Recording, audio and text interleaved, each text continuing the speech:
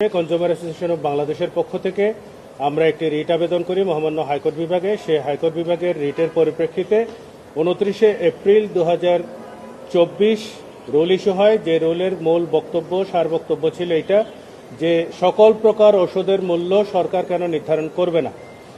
এই মামলাতে কিছু অন্তর্বর্তীকালীন নির্দেশনাও ছিল। সেই নির্দেশনাগুলোর বিরুদ্ধে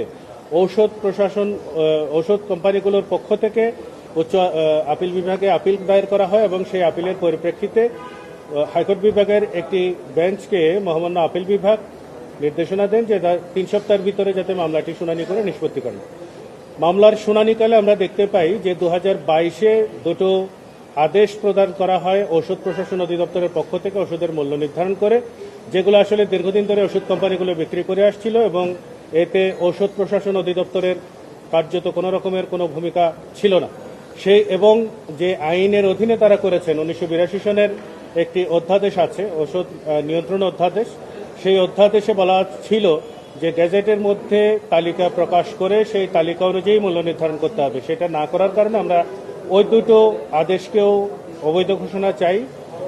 একটি সাপ্লিমেন্টারি রুল নেই, সেটার পরিপ্রেক্ষিতে উচ্চ আদালতে